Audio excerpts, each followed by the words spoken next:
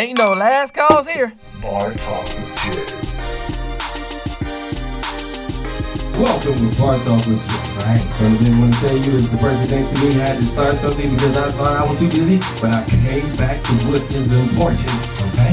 And that's what we're doing tonight. One of the things I want to say is brought to you by a small company that's trying to get large. Why? Because I'm there. Dispose.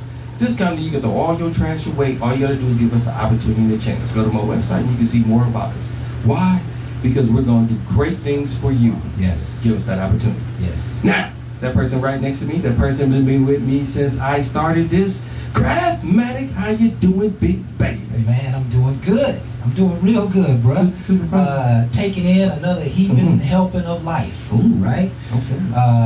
Man, sometimes you all know the phases of life that sometimes you're just doing extremely well, and then all of a sudden some things will happen and you'll be challenged and frustrated and have a few doubts, but you gotta continue to fight back, man. And so I'm in the fight back spirit right now after going through some hard times over the last couple of weeks. But excited about life, excited about this show, man, and doing well, man. How you doing, bro? Man, I'm doing excellent. One of the things I gotta tell you, I had my trials, tribulations, but I'll tell you what, this weekend when I went to Akron, Ohio for my 30th reunion, hats off to my hometown, Central Howard is where I graduated from. And I tell you, we did a tour around Akron. Yeah. It's not the same. No. Hats off to my hometown. Man, if you have not visited Akron, I can actually invite people to a place that I say I was born, and it looks good. Not saying it didn't look that good when I was growing up, but it didn't look like that. It looks good. All I got to say. Yeah. We did great things, man. The reunion was off the chain. I saw the videos, bro. Oh my gosh. I was kind of nervous, man, because, I was like, who on video? Yeah. Because, everybody coming up, we having fun, and it was exciting. Yeah. But I got to get back to what we do best. Yeah, man. Let me give us a proper introduction. This is Bar Talk with Jay, and I am Craftmatic. This is my boy Smooth Jay. Yes. And we got special guests in the house tonight. Who Dr. B, do what he do. We're gonna hear a lot more from Dr. B tonight. But this being Bar Talk with Jay, what we are here to do is inspire people through dialogue. And oftentimes we don't get in real inspirational conversations with people. We're just kind of meandering through life and having these get things done kind of conversations. We want to take some break bread time to inspire ourselves and to understand ourselves in an effort to become our greatest possibility. Right. And so through these dialogues, we hope that you can find yourself in them. What would you do? How would you behave? What decisions are you going to make when you find yourself in these situations the next time? That's what this show is all about. It's therapeutic. It's all about love. Sometimes we get on some edgy subjects, and sometimes you might hear a little foul language, but we are all about building love and family and people to be their most. So we thank you folks for being with us tonight. And we got a great show lined up. Yes. I'm telling you, we got a great show lined up tonight on a very interesting subject. In fact, tonight, the topic for tonight is if you're a man in a physically abusive relationship, would you ask your homeboys to help you out? Need to ask somebody. Don't answer yes. Don't tell me to help get beat beat down, bro. You better ask for help. You need to tap out. Chill. You're not doing good. This is just touching base. Okay, man. Craftmatic, I got it. Right? So let's go ahead and pop this show off with a prayer. Listen, you heard the subject. We need it now. The subject is already hot topic, right? I love it, man. I love what we do here. Let's go ahead and take some time and give this show to the Lord. And so, Heavenly Father, we thank you right now for your awesome presence and your grace and your mercy and your love. We thank you for helping us get through every single day. And we ask, Father, that you would give us a vision for tomorrow so that tomorrow be made easy, whole, perfect, and complete. We know that your works is good. We know that your works is possible. The power of your works is possible to do all things. And we just thank you for you being in our lives and for us being in yours. In Jesus' name we pray. Amen. Amen, amen, amen. And again, Cash App, Bar Talk with Jay. You trying to collect? I feel like we need to pass the cup. That's what I'm saying. You don't gotta pass the cup no more. You can go to Cash App and sing. Right. I ain't even asked you something. I ain't asking for no amount or nothing. Yeah. That's right. That's your real Yeah, fellas know I love to pray, man. I love to pray. See. That ain't nothing. Touch my soul. We ought to develop a prayer channel. You know what I'm saying? We need it. You know, sometimes creating content for shows is difficult, right?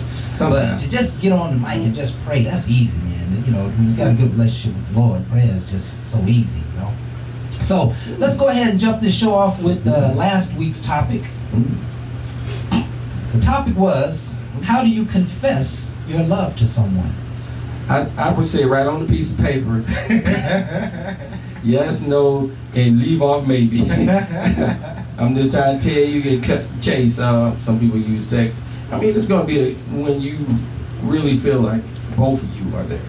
Doesn't understand. Interesting. If I'm here and I'm there, I had to get there. Right. And a lot of times your road ain't going to be their road. Right. So some people wait for another person to say it. I have to make sure I'm right there. Yes. You know, sometimes I feel like the word is used loosely. Too loosely. Where people are losing touch with it. And I want them to gain touch with it because I want it to mean something. Yes. But you also need to be showing it. Right. So if a person here, I love you, they shouldn't have to doubt you. Right. They shouldn't look at you funny. Right. They should say, all the things you've been showing me, I feel it. Right. So I believe it. I might not have to say it right behind you because I might not be there, but at least I can respect what you're saying. It's hard. It's hard to say I love you to somebody and you don't think you're gonna get one back. I know you might feel it. I know you think you might feel it, but you know that's an awkward position to be in. Awkward, but if you feel it don't hurt. It takes Christ-like love. It takes a greater level of love to be able to say that kind of stuff. Man, nobody's gonna be vulnerable to go reach out, tell my girl I love her first. Like you tripping. Yeah, I mean, God don't say it first. That's an interesting point. We okay, you snitching over it. We're gonna talk about this, Doc. Sidebar. Yeah. Hey. Yeah. Listen, that's true. The men typically do not say it first. I mean, y'all looking at me like I don't know the rule. I know the rule. Out of 2 hours of dialogue last week, that did not come out, and I think that's pretty powerful. That says something. Because he was smart. That says something to that male-female thing, right? But our guest Leslie, the very first thing that she said on the subject was, we have to know our resolve. We have to be resolved before we confess our love to someone. We got to know that we feel that way and know why, maybe not even sometimes know why we feel that way, because we oftentimes never grasp the true whys of things. The W-H-Y I'm talking about. So know your resolve. And you know, I think it's very interesting to the whole dynamics of saying that you love someone and they don't say it back, or I'm not going to say it to them because they're not ready to say it, or I get mad when I say it to them but they don't say it back to me. And that's oftentimes what happens, right? A lot of, you know, you be like, well, you know, people get in their emotions, their deeper emotions, because they expect to hear it back, and it's like a trigger. And sometimes can be a good trigger or a bad trigger that somebody will say I love you, and even though you might be mad with them right now, you know, if you're in that forced habit of repeating, then now you got to say I love you. Right? And I would imagine in long-term love relationships that may happen, you know, sometimes quite often, right? Especially when one party or the other like to get over on the system. And the other part, I love you, and expecting to hear back, and you know, you ain't really feeling that at the moment because you like, nah, you tripping, you just did some real files, man. So I don't want to say it back, but the dynamics of it is that, you know, I'll just say it can be interesting. I'll say it can be interesting, and everybody's got to figure out what works for them. Most people are only using what they've been exposed to, right? And that might or might not be the right way to love. I think we all have to take a look at how we've seen love distributed in the world. You know, you look at love with friends, you look at love with your family, your mom and dad, you look at love with your children, and you get a picture of what love looks like, but we don't really see other people saying I love you. Right? We oftentimes aren't that close to them and their worlds to be able to see how they communicate love, how they confess their love to one another. You know, I'm a big proponent of you really never have to confess your love if you're always showing it. I'm big If on you're that. always doing loving things, that they can't really doubt your love. Some people, Shouldn't. yeah, Can't. yeah, I some ain't people here. will play on words, but they'll know that you love them, even though they might not say it or might not receive what you say. So, long story short, it's a great show. I've never had any discussion about confessing love, and so it was a very unique experience, and a lot of great stuff came out of it. Yes, A lot of it great did. stuff came out of it. So I invite you folks to go back, take a look. Bar Talk with Jay is everywhere. YouTube, Facebook, Keep going. Instagram, Mhm. iTunes, Keep going. Meet Me, There you go. Craigslist, There you Black go. Planet. That, what? He like he got him, y'all. What's the other one? Got it. What's the other one you always say? MySpace. MySpace. You can't forget about MySpace. That's what started some of this. You know, we going way back. That's Offer another up. one. Don't forget all. Offer up, Let that's go. it. You know, we We'll offer up. everything. You know, That's you good. selling it, we doing it. Come on now. Yeah. Pay yeah. attention. But we're all over the internet. If you want to see us, take a look at us, share us, like us, subscribe, share us, Keep like going. us, subscribe. Yeah, right. Please participate, because we're bringing positivity here, and we're trying to inspire, and there are very few platforms that are trying to do what we are trying to do, and so we just want you to just continue to help us spread the good word. Let's move on to first of all, I need to do a special thank you. Barbara, who could not be here with us tonight, Macon, Georgia. is making Georgia in the house, Yes. always doing it big. They did an event this past week in yeah. Macon, Georgia. Back to And school. so she says that we would like to give thanks to everyone that donated to the school drive and everyone that showed up. We, had book bags and pencils and, all kinds of school stuff for the kids. Just one way to give back to the community. And Jay had an attitude during that show. Remember I said, Yeah. how in the world did Macon, Georgia come up and donate a bunch of stuff for the kids to go back? Barbara was like, I can bring it up to Atlanta. And I'm like, no. No. If they donated down in Macon, Yeah. that's where it's going to be done. That's right. Because again, we're trying to do this all the way around. It's not just about Macon, Georgia, but I'm calling out Atlanta. How is Atlanta going to let Macon? Right. There's Right. things going on in Columbus. Everybody's doing things, but yet everybody want to hype up Atlanta. Yeah, Jay, and I'm want gonna to hype up. I'm gonna say, as a leader, I'm gonna say that I and we take Yes. ownership of that. Okay. Because Macon cannot outdo Atlanta. We just didn't put the proper measure in place Okay. to go ahead and solidify that. And so let's take ownership of that, because we know Atlanta got it. You It know ain't what like I'm saying? perfect. We can get the dough from the ATL. We can get the dough Well, and no, all. ATL need to hit our dough. Because Yeah. again, we doing this. Yeah. I need We gotta people sell to realize, ourselves. don't just hold us. Yeah, We are a train. Let's do this together. yeah, That's the problem. Everybody Right. want us just to keep on going down this track. yeah.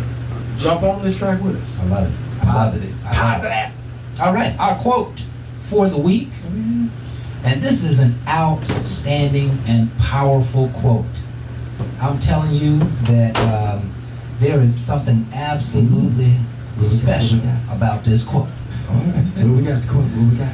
The older we get, the more we should realize the value of privacy, of cultivating your circle and only letting certain people in. You can be honest, open, and real while still understanding not everyone deserves a seat at the table of your life. Everybody Drop the ready mic. for your journey. What's that be? So yeah, everybody can go on your journey. Everybody can't go on your journey. Nope. And the sooner you realize that, the sooner you just kind of release a lot of dead weight, right? I grew up in a very caring home. Mm-hmm. And I didn't realize until I got out in the world that the world wasn't that caring. So I got my feelings hurt for more than 20 years trying to correct myself to the reality of society and what's really going on in the world. And so I was trying to bring people in who weren't worthy and who weren't ready to be in my circle. I got taken advantage of and loaned out money and got, bamboozled here and there because I'm trying to be friends with people who shouldn't be my friend, right? So we should realize the value of privacy. There are people you just shouldn't invite to your home. Yeah. And I don't want to be negative with this, but you have to protect your space. And there are some people who don't bring positivity to your home. Those people should not be allowed to come into your home. Because your home has to be considered sacred. Right? Anything to say on that, B? Oh no, I absolutely agree. we let people into our homes, into our lives in all kinds of ways. But most of the time, we're reaching out to somebody, and we don't know we're looking for something we lack at some point in our lives in these other people. And that's basically what happens. You wind up bonding with people with things you know, whether it's somebody that's like your dad, your uncle, your mom, whoever that is. You know what I'm saying? But then we want to start blaming everybody else for what they did. When first thing you got to do is look at yourself. Right. Because you allowed people there. Right. And whatever happened after that, it happened because you didn't take time to look at it. Yeah. And I like where the subject's going. You know, folks, I always try to bring us to a certain point in the discussion. Whether it's your family, your mother, your father, your brother, your sister, your cousin, your auntie, your best friend, your neighbor next door, the people you've been with 20, 30 years, you have to determine if those people really should be in your inner circle. Once you get grown, you can love them, but sometimes those people will come in and take advantage. They'll take advantage of your emotions, right?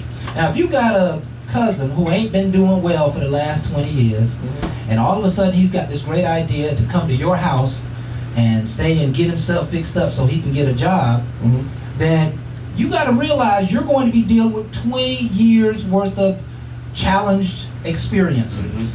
And you're inviting that 20, 30 years into your house, and he's going to eat your food, she's going to eat your food, lay up, they might hang out. You can already see the very first week, the very first 2 or 3 days, if they're going to be on their grind.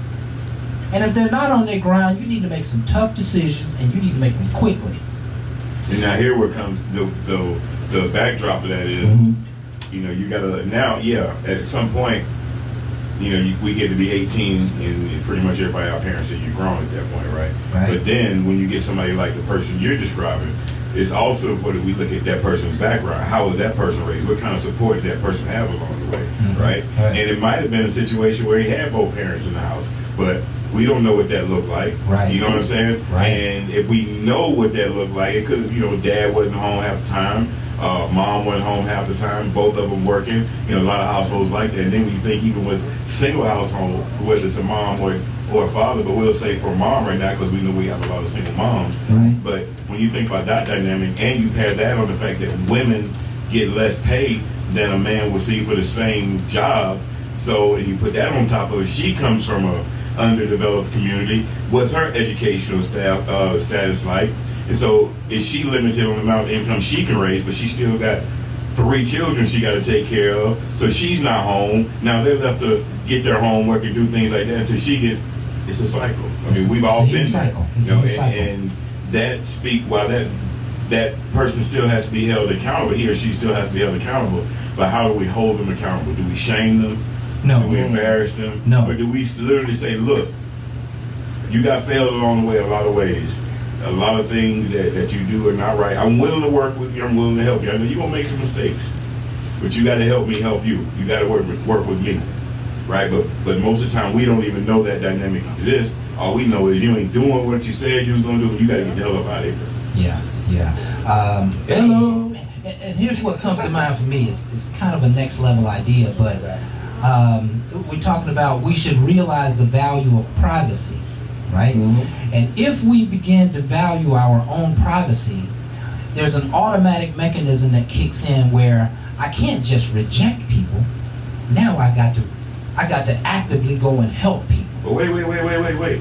I had a conversation with you before. We was talking about kids locking room doors, and they trying to get privacy. What we gonna do about that? We taking the door off their hinges, right? So we already tell them you ain't got no privacy. See, that's another one of those things that we don't realize subconsciously. We're teaching our children. So when you get some people out here that's, trying to learn how to be private, they don't know. Right? They don't know. There's no textbook for life, right? There's no textbook for life, and you make a great point here, man. We gotta move on, but how we learn privacy, right? And most of us, in the Garden of Eden, privacy was only necessary when you was doing some foul shit. Right. Right? Otherwise, everybody was happy-go-lucky and nobody was ashamed. But when one begins to feel ashamed, they need to close the door, and that's where our children start to learn. And I'm also saying asexual activity. I was a child once, and I know what I was doing. Yeah. Right. So we project us over on our children a lot. Yeah, but listen. Automatically, thinking that they're going to be doing the same things that we're doing now. But do I know we got to keep a close eye on our children? Absolutely. Yes. Yeah. But it don't start as a teenager. Right. Now, if you had to set the stage at 2, 3, 4, 5, 6, all the way up to the teenager, you're going to have some issues. Absolutely. You're going to have some issues. And it's not that all that child's issue. I know it's hard to accept it as a parent, but you got a lot of accountability as a parent. We have a lot of accountability as a parent. I like Huge that we. Yes. There's been a lot pushed off on the single mother for too long. I'm always amazed at what comes out of these discussions, and we could continue on. I mean, that could be a whole topic in and of itself. We're going to go ahead and get ready for our first break. And so, again, tonight we are talking about if you're a man in a physically abusive relationship, would you ask your homeboys to help you out? Would they help you get out or to help you out? We're going to go to break because we already know how me and him going to go at it. Right. But we're going to let y'all get an opportunity to think about it and come back and Facebook. Yeah, and let me go ahead and set this up just a little bit more. Mm-hmm. We're talking about abusive relationships. Yes. And I think everybody's got something to say. They've seen some stuff. They've heard some stuff. Let's have a real dialogue about what's going on. Because what is going on happens to be underneath the surface of the realities. The physical abuse is in effect.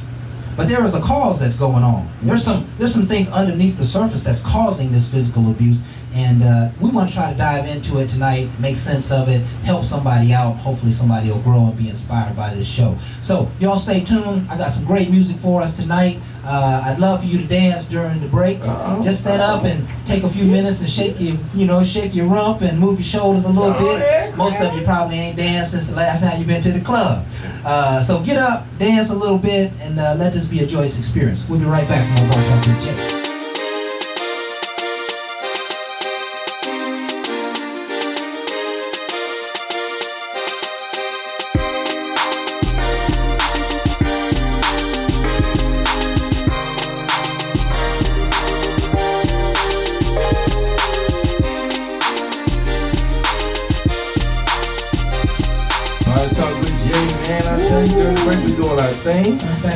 One of the things I want to make sure we do is tell you, welcome back to Bar Talk with Jay. Welcome back. Now we got somebody coming on next, that person right there. I don't know how his day was. Hopefully his day was good. Jamal, that guy that looks like him, that's not him. How you doing, big baby? Man, I'm glad to be back, man. What's happening with y'all boys? Man, we holding on. We holding on strong, bro. We holding on strong. We turn over a little bit. Where are you at this week, my friend? I'm in Philly this week. I'm in Virginia next week. ATL the week after. Look at me. Worldwide. City to city, coast to coast. Right. Worldwide. That's what we're gonna call you. That's what we're gonna call you. So, what's on your mind for tonight, my friend? What you thinking about? Man, simply put, just do right, man. Keep it 100. I mean, it's not like I ain't telling y'all the same thing, but it's just keep it simple, man. Make her happy. If you're not game to keep her happy, step aside and let the next man do it. I mean, that's not a knock to you. Right. Just don't go above and beyond what you know you can't do, trying to impress somebody that you can't sustain that with. That's right. Whatever level you start with, all you can do is increase. You can't never decrease when you start something. So if you know you can't handle it, don't do it. Like, I ain't gonna lie, there are many beautiful women out there. Right. However, I don't want to punch every girl that got a cute smile and a nice butt. Why? Because honestly, the first thing I think about is hair, nails, shoes. The first three things I peep on a female. And if I can't buy that for her or maintain that, I'm not wasting my time or hers. Right. Money you make back. Whatever you lost last week, you go to work, you're going to make it back this week. But your time is something you can't never get back. Okay. That emotional commitment, you can't never get back. Right. When a person has broken your heart, that's just it. They broke your heart. Right. However, if you know daggone well, hey, you know what, sweetheart? As beautiful as you are, no disrespect, but I just don't think you're the one for me. That's not nothing negative to her. That just might be without your budget right now. And if you can't be a man and support her, then, bruh, keep it pushing. You know, man, I gotta just be a little devil's advocate, just a little bit, right? If not, I was gonna be. What you got there, poppin'? Well, I'm just wondering, two things. One quick thing. Mm-hmm. The first thing is, what if you meet a woman who could buy you 10 times over? Right? You're not a man. Right? No. Well, What I I'm guess saying I is, she said a might. man. That's not what you said. No. You I'm didn't say talking a woman that Just makes more than you. You said a woman that can buy you. Basically, Can't what no I'm saying woman is, buy me. I'm a man. No, don't get literal. Don't get because emotional. Everybody, with a literary master like you. everybody understand what I'm saying in the studio. Yes, we do. She got paper. She don't need you to do her hair, nails, Nah. and don't you miss out the opportunity to love up on her and let her love up on you, just because you see you might not be able to keep up. Now I agree with Okay. start and never decrease. That's beautiful, right? But Okay. but you know, start where you start, and then you can figure out the rest later on down the road. Okay, to that, being devil's advocate, I really commend you because, you know, at the end of the day, a woman may not need me to go ahead and do X, Y, and Z financially. Right, That's great. right. I know. 99% of men will tell you is, when she makes more than you or when you don't bring enough to the table, the way she talks to you and the way she respects you changes. It can. I don't care what person you talk to. You ask a real brother who going through a struggle versus a man who got the bread. When a man got bread, a woman is careful with how she talks to him. She's careful with how she asks them questions of who in your phone or whatever. Oh, but when you broke, the attitude changed. Okay. Where was you at? I mean, the bass in her voice elevates. Okay. The soprano in yours heightens up. Okay. Right. When you don't have it and she makes more, it's not to say that a woman that makes more is going to dog a man, but it's just that you just not the man in the relationship. She is. Oh, you want to do all the emotional cuddle up with her? Guess what? A real woman going to tell you, cuddling don't pay my bills. Yeah. No, man, I'm not giving away free cooch. Okay, go Are ahead. you being them city girls already tell you, hey, if they ain't got the bread, get on with them. Okay, go ahead, Jay. Don't man. Oh no, I was having fun because you was devil advocate. That's my turn, right? Yeah. My devil advocate on this one is, again, if she making more than me, it doesn't take away from my manhood ever. And again, the reason she gonna you still the wrong person to ask. well, I bro. know, but I'm devil's advocate. You can't look at me like that, devil's advocate. One of the things I'm gonna make sure she understands is where I stand. Again, a lot of powerful women that makes a lot of money just don't want a weak man. So again, I'm not a weak person. So if she makes more than me and we have an understanding and we communicate, because again, it ain't about the money, it's about us having, to me, that alignment. Right. That I talked about. Hang on. This is my devil advocate. Like this one. Hold on. I'm gonna throw you on the list. Hold on. Hang on, you can't, bro. You can't right now. You can't, because I'm devil's advocate. So you just stop that. Snitch. Okay. You snitch it. Going back to devil advocate. You're the wrong man to ask. I know, but I'm devil's The advocate. very thing that you are is the man that I described. This is why. You ready? Watch Yes. this. You remember Shorty that, you know, she stayed further down. We had went to the thing, you know, last year. Remember that thing we did? Okay. With the woman out of town? Yes. Remember how she complained, right? But when we went to see her, your establishment is more established than hers. Your business is your business. You the man that don't gotta work for nobody. You don't answer to nobody. You are your own boss. Right. When she approached you, she literally was begging for your time and attention. Begging. Correct. Do you think if you was broke, she'd still be begging? Ooh. Do you think if you was broke, she'd be driving 3 and 4 hours just to come see you? Just to cuddle up? Just to leave out? Yeah, listen, yeah, I have been broke small. before, and it has never ceased my swag. You know what I'm saying? I ain't gonna lie. Not one time. 100 bone, you know that. But I'm just saying, not one if time. you want to maintain that relationship, I just advise you, hey, it's not that she got to make more than you, but if you're not manning up, if you're not going out, Right. if you're not trying, if you're if she is more man than you with the ambition, she gonna let you know it. Okay. Oh, yeah. Okay. Listen. I'm just gonna say this just for the record, right? Okay. That when you're dating a 40, 50-year-old woman, Mm-hmm. Come on. she kind of got her life together. Right? She kind of got her life, you know, she done been through some things and been there and done that. She already know how she gonna take care of the next 20, 30 years of her life.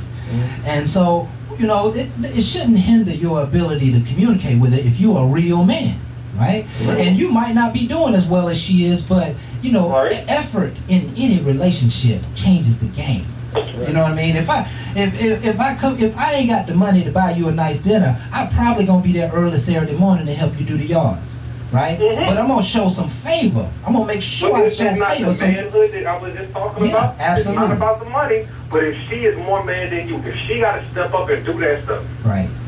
Then you serve no purpose. Yeah, but and watch this. Here's the other thing I want to say. There's a phenomena going on, especially here in Atlanta. Women are taking men out. I don't know what's going on, but listen. Most of the men in Atlanta kind of buy down low. Yeah, I ain't talking about them. I'm talking about some of the fellas I know. I'm talking about some of the fellas I know. Listen. My tight boy just 2 weeks ago was like, man, my girl was like, I need a trip. What you doing? All right, I need you for this. Yeah, I need you 5 days. All right, I'll just be there. All you gotta do is be there. And she took care of him like that. They flew to Cabo and balled out of control for a little bit. And so listen, you got to see the other side of life, right? When you experience people with already got some things and stuff, I think you'll find that getting along with them is just about your character and not about your pocket. You know what I mean? Yeah, we'll all do that. You know that not me, but somebody like me. You know the reputation that come around. Boom. Hold on. I got $1 million or $1. You ain't never seen me lacking for that department in that area with a female. Right. But it's the way that I carry myself. Yeah. You go. And this woman is gonna make me feel like I'm less of a man if I don't have $1,000 in my pocket. Listen, even if you broke, and we all will be broke several times over. Even if you broke, you still can put it down. You still got charm. You still got a mouthpiece. Well, just don't yell though. You got a mouthpiece so you can spit game, right? Go ahead, B. You want to say something? Go ahead. No, y'all actually touched on a little bit. A lot of what he's saying is absolutely right, but the problem is what our manhood has taught us and what we've been taught about our manhood. So, for instance, if I'm in a, like Kraft just said, you know, if I got somebody who want to take me out to dinner, if I got money in my pocket, hey, let's go. Whatever. But the problem is, if I don't have money in my pocket, I don't have a job, and my lady asking me to let me take you out to dinner, now I got attitude.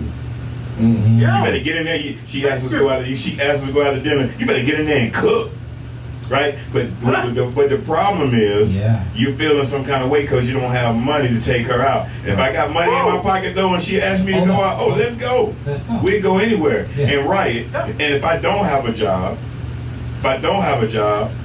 if I'm still hanging on to what society taught my manhood is, I'm gonna have an issue. But the problem is, if I don't have a job, I can't be sitting home playing video games all day. Right. Thank you. Right? She shouldn't have to come home and get in the kitchen. Right. She shouldn't have to come home and work with the kids for homework all by herself, right? Because typically what we do is we both can be working. We both come home. The problem is the domestic husband all you want to. Hold up. Hey, I support you all the way. But as a man, there's got to be something that you bring to the table. And if you are going to play the broke route and let that woman pay for you, certain things you should do first. Cornballs, this is what you do. If you know she's going to pay the bill at the restaurant, what you do is before y'all sit down and get out the car, I need her to slide that debit card to you before we get to the restaurant. Because it's rather embarrassing when the waitress comes in and then they got to get a receipt to her. Like, it's a little embarrassing. Hey, Cornball gets the card first, gets the receipt, and then... Bruh, you haven't been anywhere, man. I'm telling you, man. I'm telling you, listen, Dr. B, these women are doing it big. What you were saying. Hold on. No, I mean, I understand exactly what he's saying. I see this. I mean, man, y'all know I work for the last 20 years. I work thousands, man. Every single day. And I mean, this is not anything new. I mean, absolutely nothing that I'm hearing new because what I'm hearing, what I heard him say was, my manhood. So then my next question, because my first question typically is before we begin our session is, who taught you man? What is manhood, right? And what taught us manhood is, we watched our fathers, we watched the men in our lives. We learn from music. We learn from television. You know what I mean? And we got things passed on from generation to generation. Like, for instance, let me just put this little jewel out there. And, y'all can amen if y'all want to. But y'all can sit there and play like y'all ain't never heard. But this whole thing around, as long as you take care of the house, you can do what you want to in the street.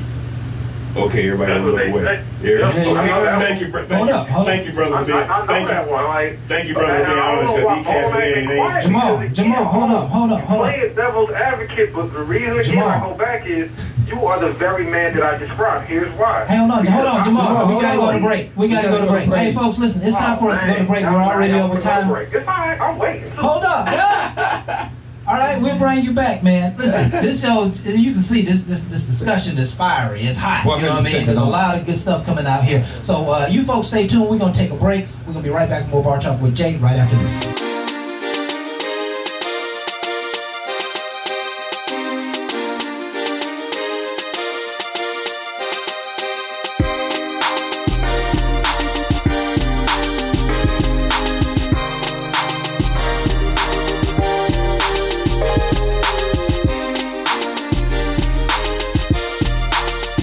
Welcome back to Bar Talk with Jay.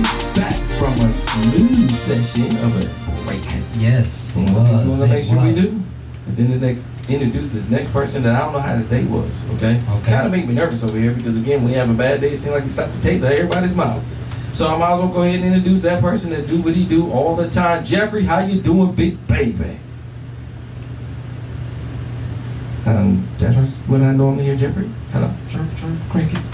It's kind of quiet. Oh, Jeffrey. Apparently, He hung up. We lost him. we lost him again, man. We're going to have to seal that line. Just give us an opportunity. I just like to take a moment to thank all the folks who are with us live tonight. It looks like he's calling in again. All right, he's calling back in. We're about to get him. Just want to thank you folks for being with us tonight. Those of you who are on live streams, which can come from any number of platforms. There's so many of them that we have established on the web. So we appreciate you folks being with our show. Yes. We hope you find it valuable and interesting and fun. And we want you to continue to come back, continue to share us with other folk. We're just trying to do positive work in our community. And we're not trying to be the best and the greatest. Jay and I talk all the time that the Martin Luther Kings and the Malcolm X's are gone, and now we just need regular good men in the community to step up. And so we need to dramatically increase the number of leaders in this world. And we're just trying to do our part. So we appreciate you being here, and we'd love to hear your comments. Send questions, comments back through bartalkwithjay.com or any one of the platforms that you're on. We will see it, and we will most certainly get back to you. So we ready to move on? We got Brother Jeff now? Yeah. We lost him again. Well, Okay. Jeff, maybe I'm just flip phone. Yeah, that. Oh no. Kill that track. Jeffrey! Be on the track. Well, I tell you what, we can go ahead and have some fun because one of the things when we was with Jamal, we went back and forth. And again, when it comes to dating somebody that makes more money than you, one of the things I was saying, being a devil's advocate, is there's times that I went and I made good money throughout my years. There's times I met people and I was in between jobs. Right. It's still how you hold yourself, okay? I'm not coming begging for nothing. Right. My whole thing is somebody wanted to go out, I had money set aside. One of the things I gotta tell you is how you set yourself up is how you live. Right. All right? I thought about days that I might not have a job. I had a little money to the side. So even though I was in transition, I was still able to live a regular life. Right. But my confidence was still in my work and my efforts and my whole integrity. Right. So when I met somebody, that's what I went off of. I might have told somebody I was unemployed at that time. Right. It could have been a quick test to me. Yeah. Because again, most men wouldn't just want to say it. I can take you out. I got money in my pocket. Right. That part I already set aside, but hold on. I might want to see how she feel. Because I said, oh, we doing a lot of this, but right now I'm in transition. I'm not really working right now. Some people can say that's a red flag. Real women ask questions. I was asked quickly, oh, what's going on? They want to know if I'm a deadbeat.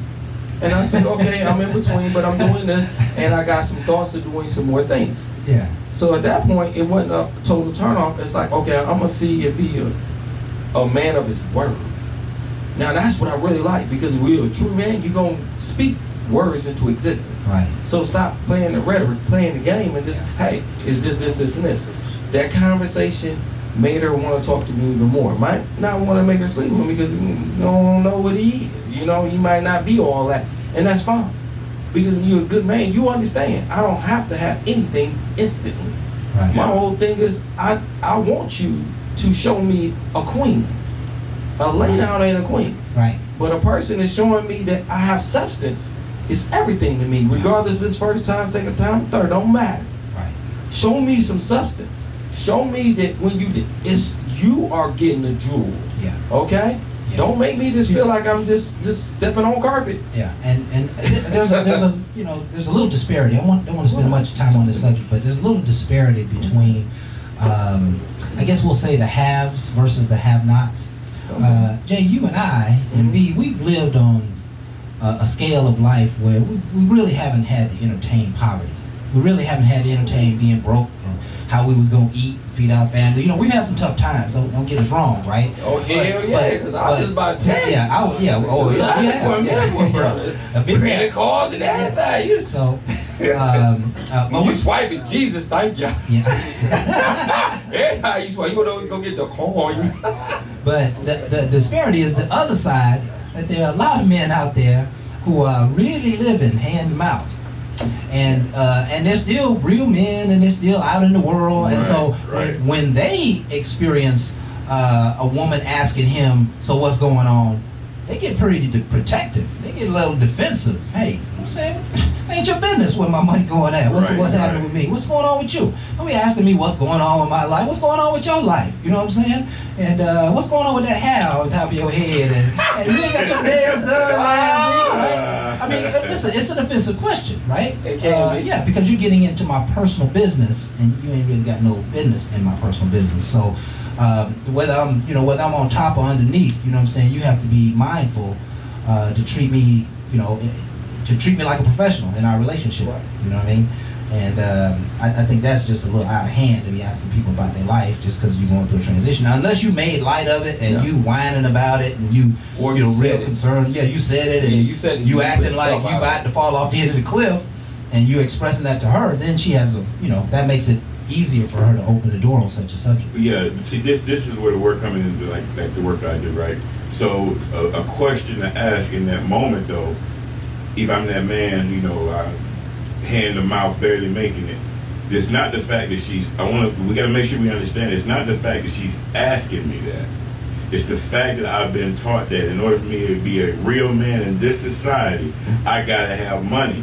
I gotta be able to do whatever I need to do, take my family, do what I need to do. Yeah. It's not the fact that she's asking me that, right? It's the fact that I can't really do the things I want to do, and I don't feel like I'm a man in myself. So I'm feeling emasculated. It ain't even her that's emasculating me, but that's where we put our anger, and that's where we put our guilt. That's why the brother that was on the phone we were talking about earlier. I absolutely understand where he comes. I was that dude once until I started doing this work and understand. It's completely different. Now again, would I feel some kind of way that I'm dating somebody and she got to take me out? Yeah, I feel some kind of way, sure, right? But at the end of the day, I know that I'm still looking for a job. Mm-hmm. I'm still doing things I need to do to put myself in the right place. Now, if she decides she don't want to be with me, yeah, that's messed up. But she can bounce. Yeah. She can kick rocks. Right. But see, some of us don't want her to just kick rocks. Mm-hmm. We want her to stay around, right? We feel some kind of way, but then we're asking for problems. She already telling you she a problem for you. That's right. But here you go, your manhood telling you, and you've been also this your woman, go get her. She ain't yours, right? Yeah, right. And we take that my wife and my girl and all that. We take that as a sense of possession. So we begin to think we can tell her what she can and can't do, all these other kind of things. Bro, I don't have these kind of issues. Yeah. I don't. Stacey, you can tell I come and go when I want to. I'm married, happily married. Yeah. Right. When I got ready to, do the show, I just, hey, I'm going to do the show tonight with Kraft and Jay. Right. And she can tune in and see. Yeah, right. Simple as that. And see, if I got something to hide, though, I don't want you asking me to do nothing. That's right. And then I ain't gonna tell you how you can find out, how you can see what I do, because you're doing good work, man. Yeah. One of the things I want to make sure I say it on air. This man is highly praised by my man, Craftmatic. Yes. When I always ask about you, he always tells me you're doing something with your child. I please want to let everybody know how I really appreciate the fact that you're in your kid's life. Yeah. Man. I do. I understand you married all the rest, but good men need to talk on this level that I appreciate the fact. And I know I don't know you that strongly, but strong enough to say to my heart that I can say to you as another man looking across the table with no malice, no gayness or nothing, that I appreciate you for being in your kid's life. Yes, man. Yes. It shows in his behavior. Yes. And he's in the studio, and y'all don't hear him because, again, when I see Facebook and everything else, it hurts my feelings. But what I like to say, I don't let that dictate my life. Yeah. What dictates my life is the people that's around me, and that's why I appreciate you being around me. Because you're doing things that I want to recognize to the world. We are doing great things, regardless of what I see. Yeah. Bro, let me tell you something. The work that I do, have done for the last 20 years, I benefit from it, my son benefits from it, and my wife benefits from it. Mm-hmm. My son is sitting right there. He can tell you he's been in workshops with me, and he's heard me say on the stage all the time this very thing I'm saying right now. And had I not learned some of the things I learned, I would be experiencing some of the same behaviors, and I can promise you I probably wouldn't be married. Mm-hmm. It's just the messages out there are so strong for us around manhood and what we're supposed to do and not supposed to do. Yes. And they got us in this box. Yes. And as long as you're this kind of man, you know, you're being controlling. You're the strongest one in this, whatever it is. You got the most money, right? Yeah. And when we tie ourselves to that thought process, being black and brown men and coming from different poor communities, that's a setup, right? Because yes, I believe we're supposed to work and take care of our families. Absolutely, I do. And supposed to always have a job. But that has a different meaning when you're coming from one of our black and brown and poor communities, when we know we're hard to get jobs and we're undereducated and the economic status is not high. Manhood is defined differently. So it's defined completely differently for us. Yes. And we still experience the same thing because we're still trying to achieve this plateau that, quite frankly, we're not going to reach. And we shouldn't reach it. And the problem is, when we get out of that box and we decide to be the man I want to be, and I'm not going to come hang out with y'all and play video games tonight. I'm not going to be misogynistic. I'm not going to do this. When I get out of that box, what happens is the people that I've always hung around, and people now, they start to say things like, he thinks he's better than us. Who you think you are, blah, blah, blah. Right. So what happens, you get back in that box and you can continue being that same person. Yeah, and listen, breaking those paradigms is critical to manhood for the future, particularly for black men and minority men. Breaking those paradigms is just essential in order for us to continue to move to the next level. And we're going to talk a lot more about those in the next part of the show. It is time for us to take our next break. Crab, I'm going to do something different. Yeah. I'm going to drop the break. Okay. I got Jeffrey back on the line finally. Okay. So let me grab him while I still got him. Okay. And kind of keep it going. That sounds good. That sounds good.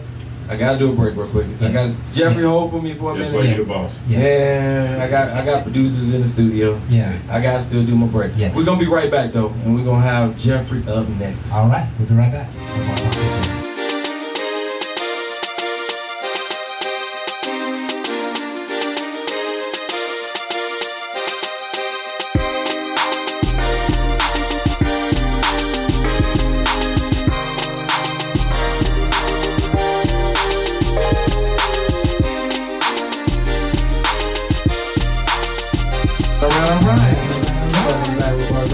One of the things I want to do right before the break, I got that person that I didn't know how his day was. I dropped him once, got to get him back, so I want to get him back in the building. Jeffrey, how you doing, big baby? Brother Jay, Brother Crab, how's it going over there, fellas? Man, it's going lovely, bruh. It's going lovely, and I think I hear a little energy in your voice tonight. How have you been, my friend? Oh man, the thermometer in my car said 108 degrees. Traffic was a crazy nightmare as it normally is, but my granddaughter still loves me, my kids love me, my mama loves me, so everything is good. You know what time. You still know what time it is. All right. Man, it's time for you to close your mouth and listen. You ask me some questions, I give you some answers from a man's point of view. Mm-hmm. Now, I got one reason for the habitually single woman and one reason for the habitually single man as to why you might be single, but before we get into that, here is my disclaimer. Now, see, what I'm going to talk about might not apply to you. If it doesn't apply to you, I don't want you to put your foot up in this shoe. Okay. But if it does apply to you, I want you to put both feet in both shoes and walk around in them because you're about to learn something tonight. Now, ladies, you go first. All right, ladies. Some of y'all are single simply because you're the new house Negro.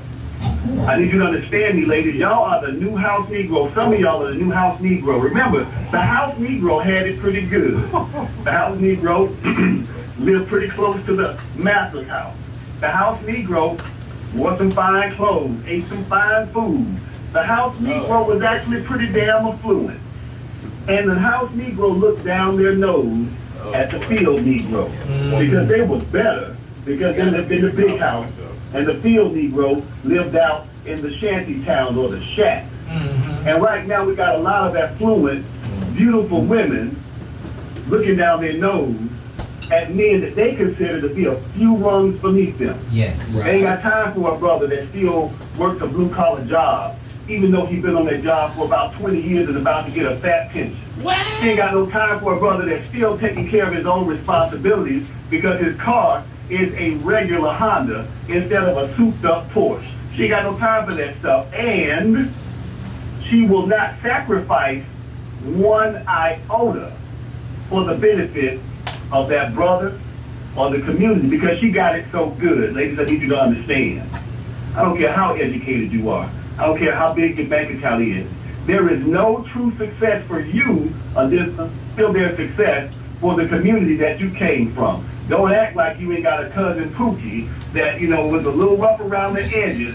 You just don't associate with him anymore because you live in Buckhead now when you used to live on Bankhead a couple of years ago. Right. Don't get it twisted. We know you, we see you, Yeah. and we just don't mess with you.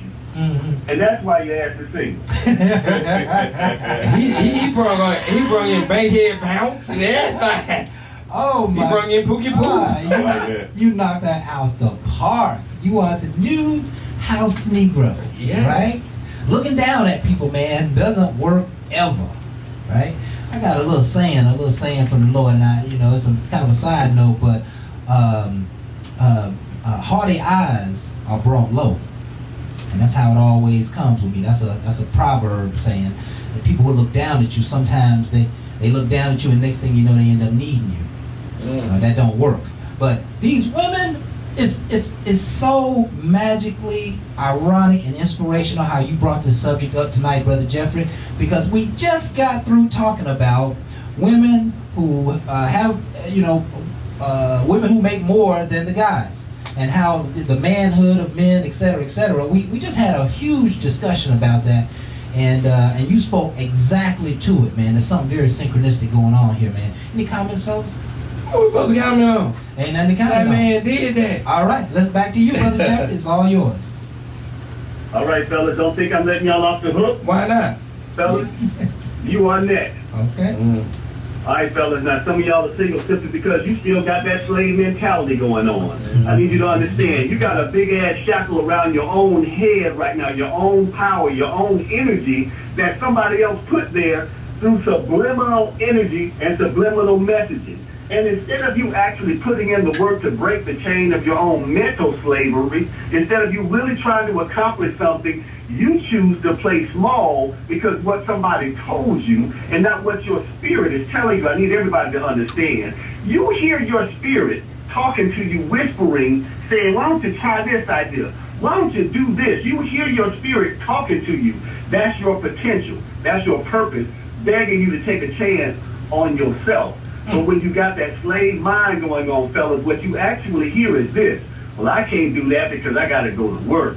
Or I can't do this because they ain't got no money. Or they probably ain't going to accept me anyway, or whatever excuse you're making for yourself. Fellas, understand something. There is no power out there that will stop a determined man from making it. No power out there, not lack of money, not lack of resources. He will figure out a way or he will make a way. But nah, you still want to play small. You still waiting on the next Jordans to come out or the next Xbox to come out because you get to play at an expert level a kid's game. Right. It's time to grow up. It's time to break the chains because until you do that, well, these women just gonna look at you like you were boys. and they can leave your ass single looking for a man. All I can tell you, Jeffrey, on that one right there, boy, if you didn't slap somebody tonight, boy, you on one, man. I don't know what kind of day you had. It must not have been. It wasn't good. It wasn't good. It wasn't a good day, man. Jeffrey, change your job. Just change your whole job. Don't go tomorrow, man. Just save somebody the whole misery. Almost every single show, every single week, I always talk about going to the next level. And there are many people in the world, not just men, even though we're talking about men now, that are stuck in life. They are stuck in that mentality that they cannot break out of, in the mentality that they think to themselves, I can't break out of this. And as you were talking, Brother Jeffrey, what came to my mind is that nothing happens through osmosis. They're not just going to stop having a slave mind. It's not just going to happen. Tomorrow we're going to wake up and 50% of the men are going to have an open mind to changing life. It's not. They're going to have to be inspired. They're going to have to be exposed to some new ideas. And that is the only way to break through is exposure and inspiration. Because until you can see a greater you, you'll never become a greater you. And so what's happening now is all these images have come out. Us in the prison system and us working regular jobs and us struggling to make ends meet and poverty in our community and crime in our community, and it's all subliminal, making us feel less than who we really are. But inspiration is going to be the key to the equation, and I'm all in for that, man. I'm all in for that. That's what I'm trying to do in life, is inspire people so they can move out of those slave mentalities. And one of the things that we also doing is what we're doing right now. It's a dialogue. It's a dialogue, yeah. You want to know how we can get out of that mindset is when we trust and believe in somebody that's giving you something for free. Right. We're giving it to you for free. You ain't got to pay for this. But do you willing to open up your ears to receive it? Right. That's going to be up to you. The bottom line is, who else is going to do it? Yeah. That's why I appreciate everybody that's in my circle. We add so much value and we can't quit. There you go. This is how we're going to be successful. I'm not looking for the money. I'm looking for the reward of people growing. Right. That's better than money. Yeah. I promise you, it keeps people from begging. Yeah. They don't got to beg when they get the message and wake up. Power is within self. Yeah. I'm self-powered and I'm in charge. Yeah. At that point, I'm paid. Yeah. I'm paid for. Right. I'm telling you, where a preacher would say, I'm proud, we're doing. And listen, the body and the life will never be changed until the mind is changed first. Correct. And with that, I'll give it back to you, Brother Jeffrey. Man, ladies and gentlemen, boys and girls, kings and queens, I need you to understand something. Mentality is everything. Ladies, you will never be more successful than the community. Men, you will never be more successful than the community. The family is the key. I can't explain it any simpler than this. H2O is the most common scientific equation or formula out there. H2O. You take 2 parts of hydrogen and 1 part oxygen and you get water. Now I'm telling you, 1 H stands for him and 1 H stands for her. And the O is the offspring. If you remove one of the atoms of hydrogen, the oxygen and the hydrogen to the left becomes unstable. Yes. They both join and they both become unstable. Ooh. If you put the other H there, it stabilizes. Yes. Quit playing around, ladies, and thinking that your success is all you need. Quit playing around, men, playing small. Both of us are needed to make stable offspring. This ain't for our generation. This is for our children's generation. We got to start planting the right types of seeds right now, because when our children's children come along, that's going to be a powerful group of people that puts the wealth back in our community. Yes. And once the wealth is back in our community, they ain't coming back down with torches and batons and stuff like that this time, because we're going to be ready for them, first of all, and we're going to be intact, strapped, and ready for whatever they bring. Absolutely. And that's all I got. Man, and that's all we need. Listen, I never heard the family broke down in chemistry. When I tell you, he broke that all the way down to the core of physics. Oh, man. Yeah. And again, water is everything. H2O. Can you break it all the way down and understand what Yeah. it is? And listen, where he started was there, where I think we should really pay attention. Mentality is everything. And then later on, he said there needs to be some more seed planting.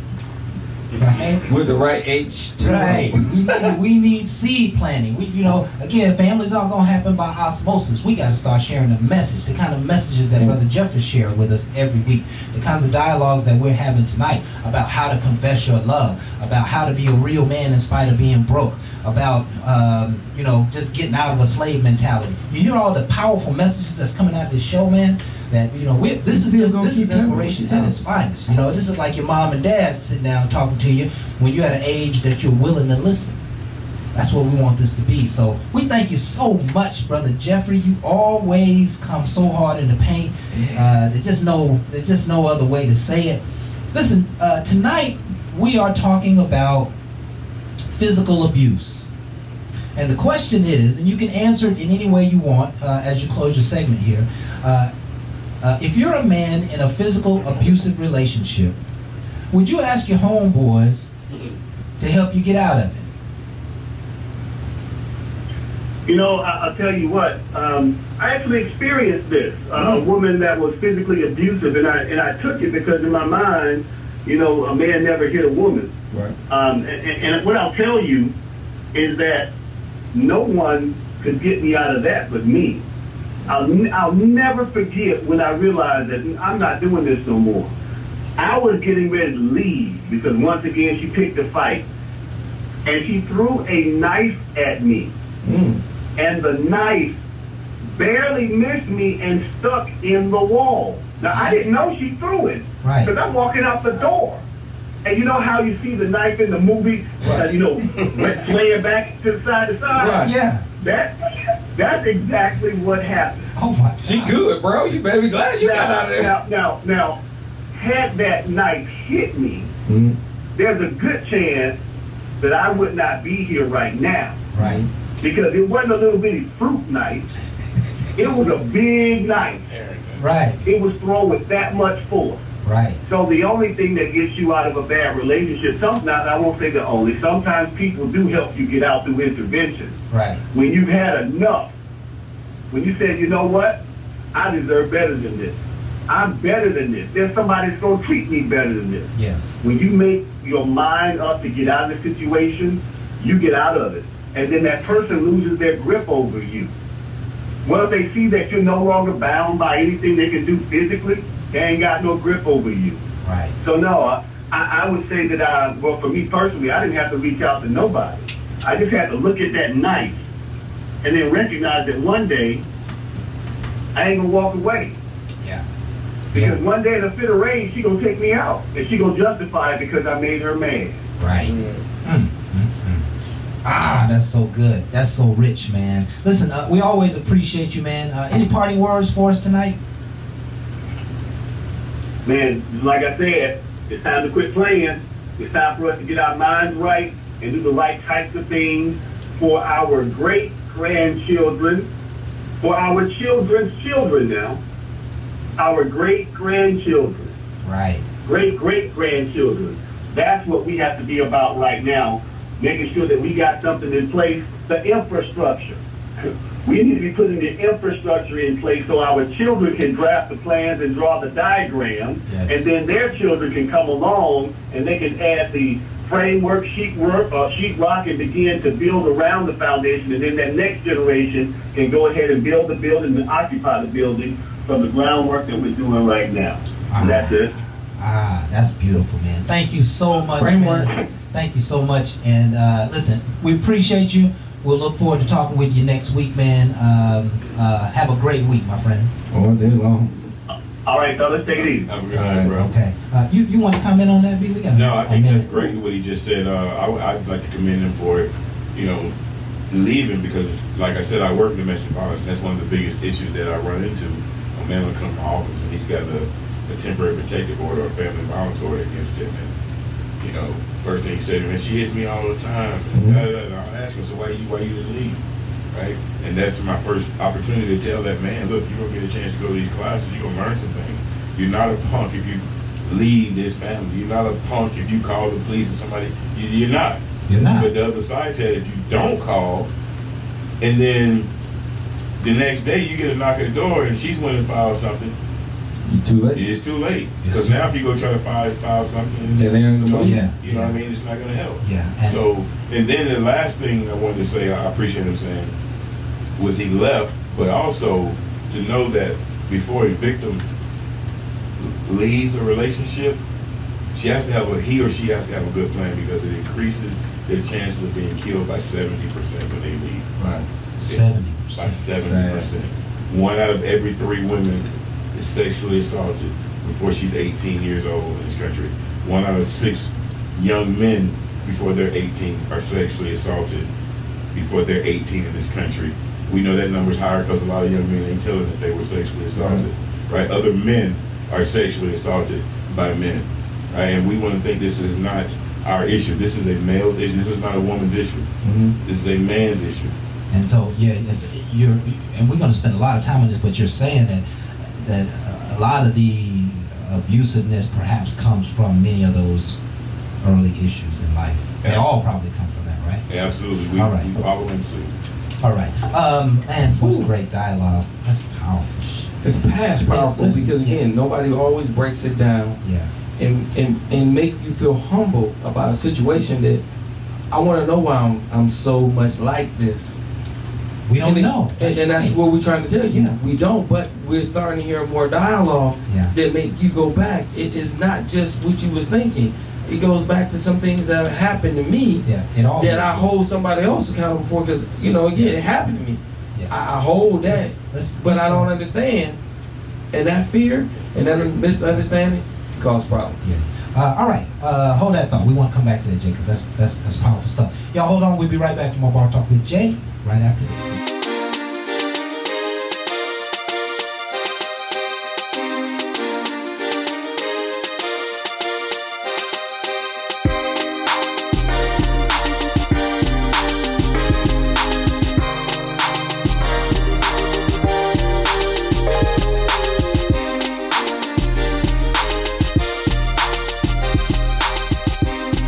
We are back with more Bar Talk with Jay. And as you can see, every one of these segments are off the chain, man. Every one of them I just love what we do, and I hope you folks are growing, opening your eyes to some things, and maybe there's some healing factors going on as well. Now it is time for us to go in on the subject, and we have 2 guests the remainder of the show that we really want to give an opportunity to speak their mind and say what's on their hearts. Tonight we are talking about, if you're a man in a physically abusive relationship, would you ask your homeboys for help to get out? And the deeper subject is physical abuse. We know it's wrong, we know it happens often, but we don't know what's really going on underneath the surface, and we oftentimes don't even know how much it happens in our communities. This subject is something. Yeah, this something is happening all the time. That is true. Right? It's a regular occasion. Police get called to homes all the time for domestic violence scenarios. So I'm going to bring on, this is my longtime friend, my college roommate, my fraternity brother, doctor of the subject. We call him Dr. B. Dr. B. He like to be called Do What He Do. Dr. Doolittle. One of my favorite people in the whole wide world. All right. Bernard Ellis is his name. Brother Ellis, thank you so much for being on the show tonight, man. Thank you, Crab Jay. It's always good to see you fellas. Man, Yeah. good to see you, my brother. Man, y'all got this thing set up like the doggone red, what Tom Jordan call it, the Red Velvet Cake Studio? Yeah. Man, y'all got this thing popping around here. Yes, What? sir. We Yes, gotta sir. make it pop for you. Yes, sir. You gotta feel good about one of the things we want. Good vibes, good people. There you go, man. So, but yeah, man, we got an interesting subject. Y'all talking about domestic violence and relationships and all that. I think specifically, though, you were talking about men being abused and what they'll ask their friends to help them. I'm laughing because Man, I can't tell you how many times I've had a man sit across the table from me and, man, she hit me this, she hit me that, blah, blah, blah. Now, there are different dynamics to relationships when it comes down to how the violence shows up, but at the end of the day, violence is still about control. Mm-hmm. At the end of the day, that's what domestic violence is about. Control. Right, and how prevalent is it? I mean, does it happen a lot? What's the percentage? I believe, well, it's not reported a lot, Right. but I do believe it happens a lot. I do. Yes. And you know, like I do classes for women too, by the way. Okay. So, and I had to tell them several times in classes for a woman that comes in there and says, you know, he cheated on me, and I called him with her, and you know, I jumped on him. And so I had to tell you know, in that moment, you gave him the license to file an order against you. Right. And as an example of that, I'm not going to give you the county and all that where I work, but you know, this one woman got a order against her. Her husband took one out against her because, you know, she did that. She called him cheating. She jumped on it. He went and filed a order against her. They said she had to move out of the house for 12 months, find some place to stay the whole 9 yards. And as soon as she moved out, he moved in the girlfriend. Wow. She couldn't come to the house because she comes to the house, she going to jail. Right. And now now that order it's a violation, punishable up to 10 years in prison. Wow. So who gonna violate that? Believe it or not, people do all the time. We just saw last week, bless his family, I can't think of the family's name, but the guy had his ex-wife had a temporary protective order against him. He was taking classes, and he had a new girlfriend. She wound up filing an order against him. He went to class. He wound up getting out of jail, going back to class the next week. For some reason, somehow he bonded out, and he went and killed the ex and the woman and the child.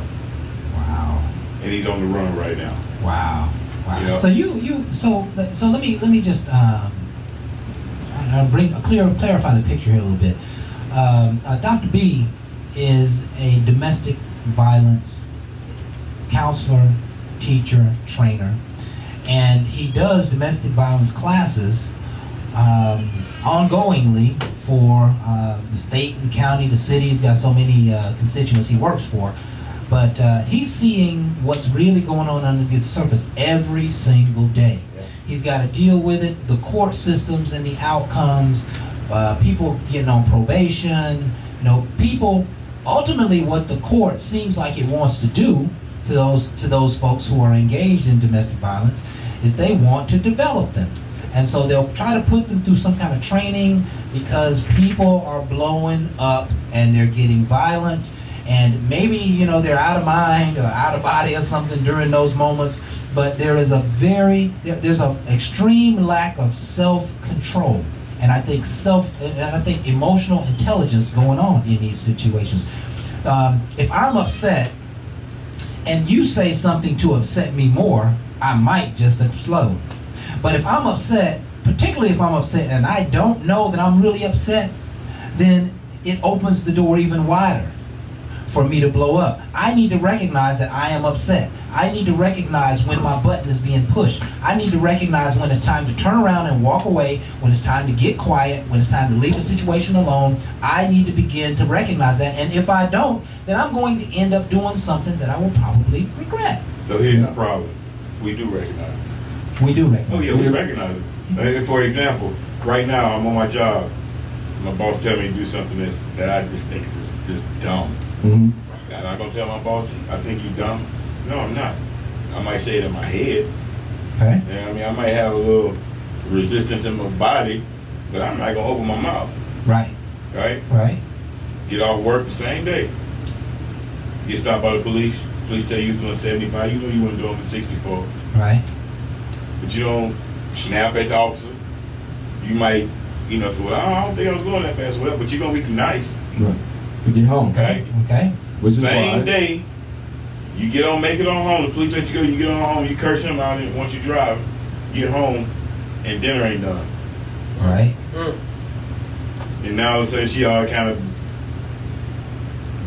bees and garden tools. Right. and everything else. And then, you know, I want to go drink me or smoke me something. Come back a little later, you know, baby, I'm sorry. I lost it. No. Why you didn't lose it at work? Why you didn't lose it with the police? Why you chose to lose it at home? Right. Because often there are no consequences for us at home. Yes. Right? If I lose it at the job, I might lose this job. I lose it with this office, I may not even make it home. Right. But when I get home, my beloved does the one that will take everything I've been given. Yeah. You look at her just as pretty as she want to be, bless her heart. Yeah. And when she walking on eggshells, halfway scared of what you gonna do, because also when you walk in, you screw face, you got that look on your face.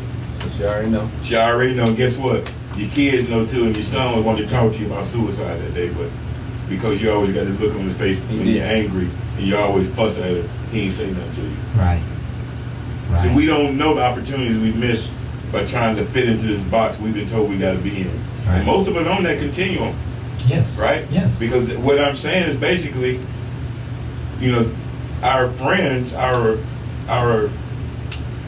fraternities, our communities that we grew up, our micro communities, basically, they enforce rigid gender roles in us. Meaning, as long as we're being that man, that rugged man, that angry, only showing anger and aggression, that's the man this society says you are. That's what, yeah. And so that suggests that young men, middle-aged men, are thriving to be more of that. Yeah, absolutely. They're thriving to be more. So when What's the word? When they started having same-sex marriages, one of the first things that came up for me was, oh, we're gonna have a lot of women taking classes now. And guess what? Same sex, same problem. Right. And so if I'm saying we're being taught Yeah. the same, how does a woman who's been raised a woman her whole life now, but for this particular woman I'm talking about, right? She's been raised a woman her whole life. Now she decides she's, you know, she wants to be gay or whatever it is she wants to be. Right. Right? And she's so aggressive because she's learned that this is manhood. This is how I gotta be. Aggressive. That's good, B. That's behavior. That's good, B. And so that's good. What does that look like in an overall structure in a relationship? It doesn't look good. It doesn't. And one of the things I would say to enhance and try to help educate as well is look for playing games, bad behavior. The reason I say that is a lot of times I've dated some people, and again, I understand abuse. I've never really been abused, but again, I had a situation where people came at me. I was married, and we were at each other. We weren't calling no police though. Where we came from, we worked it out. But our behavior still wasn't becoming, because sometimes it happened around the kids. Because again, when you start disrespecting, it's all over. But unfortunately, it happens too much and you ain't always able to control it. But one of the things I noticed when I got away from it, I didn't like it and I wanted to do something about it. So when somebody come to me and they yell at me, I'll make sure they tone it down, because that's not necessary. That's right. Secondly, you cannot just touch me, okay? Right. Because I'm gonna tell you another little secret. Somebody will play slap you or whatever, that's for future things to happen if you don't address it right then and there. Because one of the things you would say she would never do, that right there is not a good way of controlling the situation. The best way to me is letting them know, I don't believe in putting my hands on you, you don't put your hands on me. You talk about me being a less man by hitting you, I feel like you would never be a good woman by touching me. Yeah. So it's a back and forth, but it's a conversation. You start letting somebody just soft slap you, you know, like, oh, you just so stiff, and slap you in the back of the head, you think it's child's play. But please understand, she's trying to show you a behavior that's coming forth, and if you don't address it, I promise you, the minute she get mad and she really slap you, you would think she would never do it. She gave you signs. She gave you all you signs. didn't answer to them. Yeah, it ain't just women, right? Men do that too, right? ways. For an example, I remember I was working at the hospital, at a particular hospital here when I first moved here. And when I started working there, it was one of the guys, you know, we all, you know, about 4 of us go to lunch together, one of the guys and one woman. And we would go to lunch, and when he would start talking, you know, he did me like that. I ain't really tripped the first time. You know, he keep talking, he did me again. I said, hey, bro, don't poke me no more. Thank you. Right? We all cool at this point. Right. I said, man, don't poke me no more. So we get on down, we walk on down the curb, we get something to eat, he tells the story again. And he did me like that. I said, bro, poke me again, it's gonna be a problem. And the woman that was with us, she said, "Open the door, whoop your ass." but I could tell that he was doing that for their benefit. Right? I was the new guy on the block. Right. You know what I mean? Right. But that's not what happened. I gave you a nice little conversation, bro. Don't do that no more, please. Yeah. Right? And then he did it again. Do it again, bro. We about to have a problem. Yeah. See, and we haven't placed handcuffs on this yet. Keep your hands off of other people. Yeah, maybe that's a better way. Keep your hands to yourself. Putting your hands on other people, if you put your hands on me, I gotta defend myself. If you put your hands on somebody else, they have to defend themselves. And you never know what that defense is gonna look like, right? Sometimes they swing back at you. Sometimes they wait till you go to sleep. So, we've seen all different types of scenarios. But keep your hands to yourself. There is no room to put your hands on anyone else for any reason. Okay? Now. Yes, sir. Now. I was about to ask you how to get in touch with you. Go ahead. Okay. Okay. Yeah. I think we gotta move on. Well, I was gonna get him out because I know he got to roll, but I want to make sure everybody know how to get in touch with on social media and all the rest. Oh, I get rolling, but I don't know how to hush. I promise you, I'm so passionate about this work. I'm telling you, man, I used to work in healthcare for almost 15 years, and then I got introduced to this work. I hadn't worked in healthcare since because I was so convicted the first time I sat in one of these classes that I said, you know what? It's too many brothers and men that just don't know we are behaving in a way that people told us that we don't even like. Right. Like, for instance, like I was saying earlier, how our parents are our first teachers. Mm-hmm. I'm gonna bring this on real quick. By the time our children turn 2, right? By that time, they don't learn a lot from us. Right. They don't learn how to walk primarily from mom and dad. They don't learn how to talk primarily from mom and dad. And by 2, they don't literally start picking a fork up. They're making a mess when they're out there going well. Right. They're trying to feed themselves, right? Now the terrible 2s show up. It's the time we start popping them on the hand because they're getting everything. I mean, everything. Right. Right? Now you go pick up your child from daycare. Daycare never said this before. In 2 years, never said this. But today your daycare says, well, you know your child was hitting today. Your child wasn't hit before they turned 2. You weren't hitting before they turned 2. Now they 2 getting there, you hitting them, now they start hitting at school. Right? So we condition our children to think when they got to solve problems, it's got to be physical. So, he get to school that morning, little Johnny got this pretty toy, and he went in, they back up, and little Johnny won't let it go. Well, what the mom and daddy do to me right now, and I ain't doing what they want me to do. They pop it. Right? So it begins at an early age, and we take that even further back to our great-great-grandparents on the plantation. Who was our great-great-grandfather's father figure? Slave master. That's right. The whole thing I was saying earlier about as long as you take care of the house, you can do what you want to in the street, right? And we learned from our parents. So Mr. Charlie had that big pretty white house on the hill, had flowers and shit around the house, stuff around the house. Kids had good food and everything. They didn't want for nothing. So he come down the street with your mama, your sister, your woman, whoever he wanted. And then he beat the slaves every time they got out of line in front of the other slaves, his children. Right, so they get the message, if you get out of line, this is what you get into. Remember, it got passed down from generation to generation. Yeah. That's why we still behaving this way. We've been taught a long time ago, this is okay. As long as you take care of the house, it's okay, you good. So watch this. Watch this. Just because we got to move on. In a couple of sentences, how do we fix the problem? First of all, we got to do a lot of introspection on ourselves. We have to examine ourselves. This stuff is so laced in us that we don't even have any idea. And what you got to do is connect with an organization. They are out there for you to do some work on yourselves. It's not a thing to be ashamed or embarrassed about. We've all had to, trust me, I did it. Anybody, believe me when I tell you, I'm a different man today, and I don't have a problem telling everybody. I got a great marriage. Wonderful marriage. My son, he's right there. He can tell you, I say this all the time, no matter where I go all over the country when I speak, I tell people this. It ain't because of what my wife is doing. It's not because of what I'm doing. It's because of what we're doing.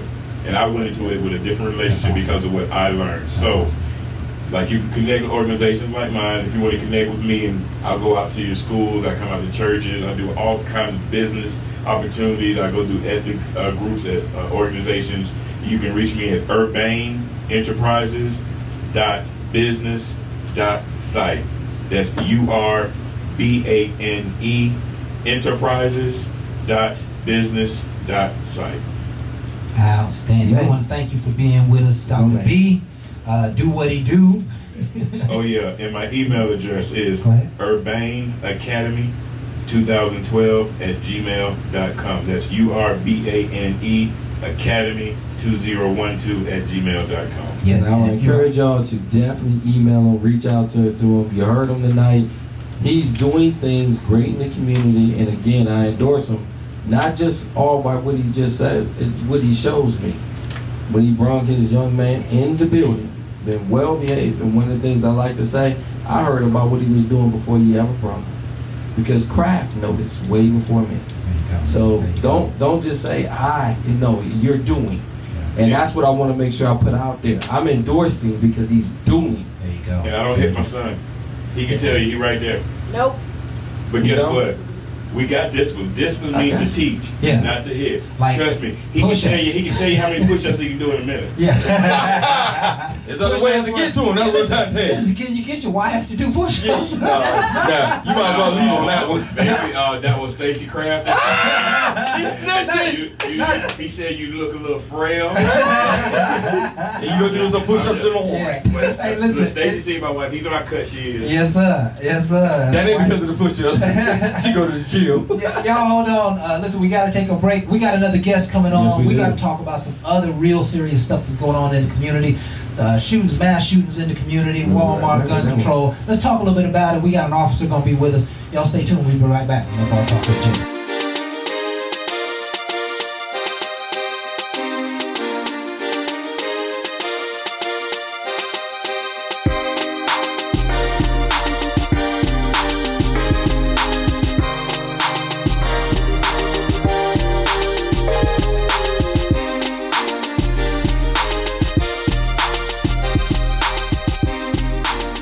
We got side conversations. We did. But one of the things I want to do is bring it back down to what we went with. Domestic violence got a lot of things to do with what's going on right now. The recent shootings and everything else made me bring a special guest in. This person right here is not really just law enforcement, but he trains law enforcement, soldiers, and anybody that is got a concealed permit to be able to carry the proper way to carry. One of the things I appreciate him because he's been out there on Facebook, he's been educating, he's been doing things, but we both had a serious loss when we worked together. And the person that unfortunately died was Adrian.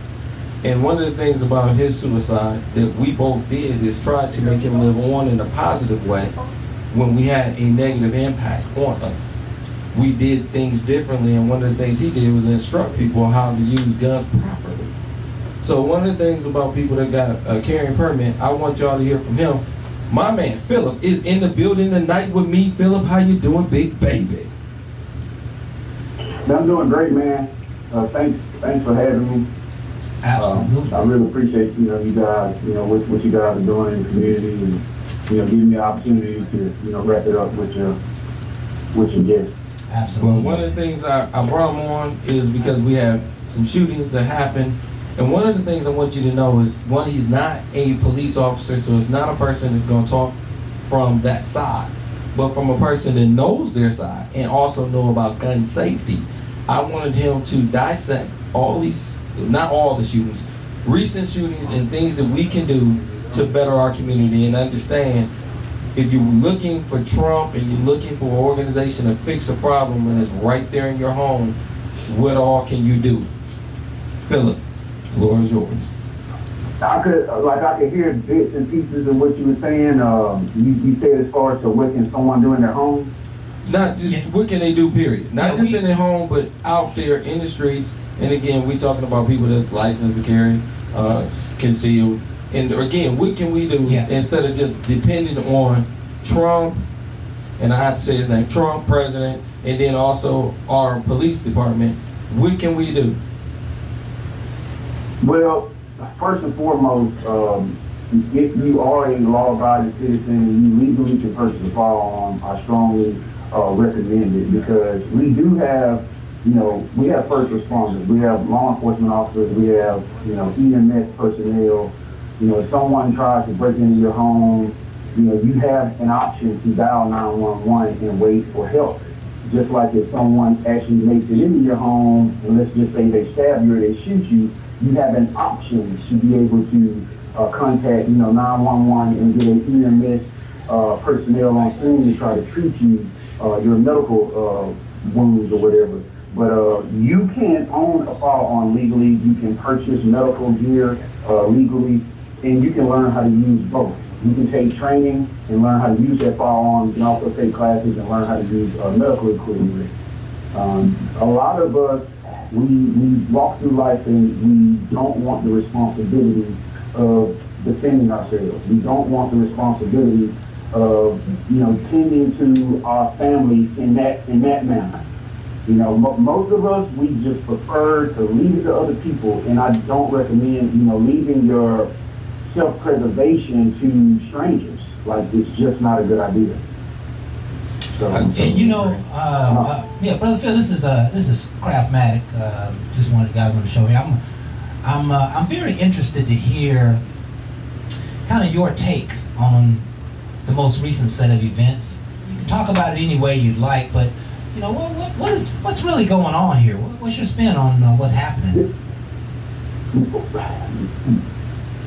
It's a situation, brother, where there's a lot of finger pointing going on in regards to how to try to solve this issue, this problem, because it is a problem.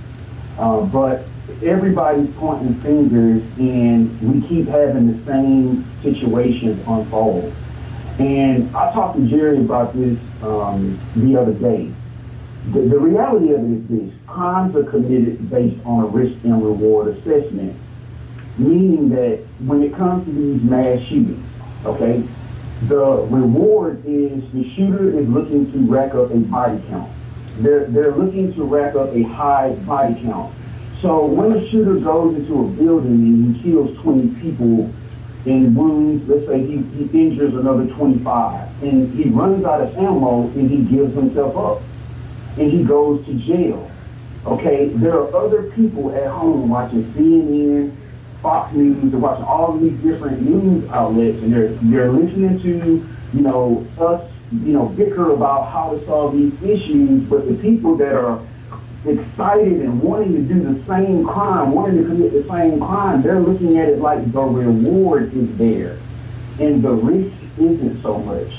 How many of these shootings have taken place where the shooters have actually died on scene? Not that many. And you know why? Because 98% of mass shootings take place in gun-free zones.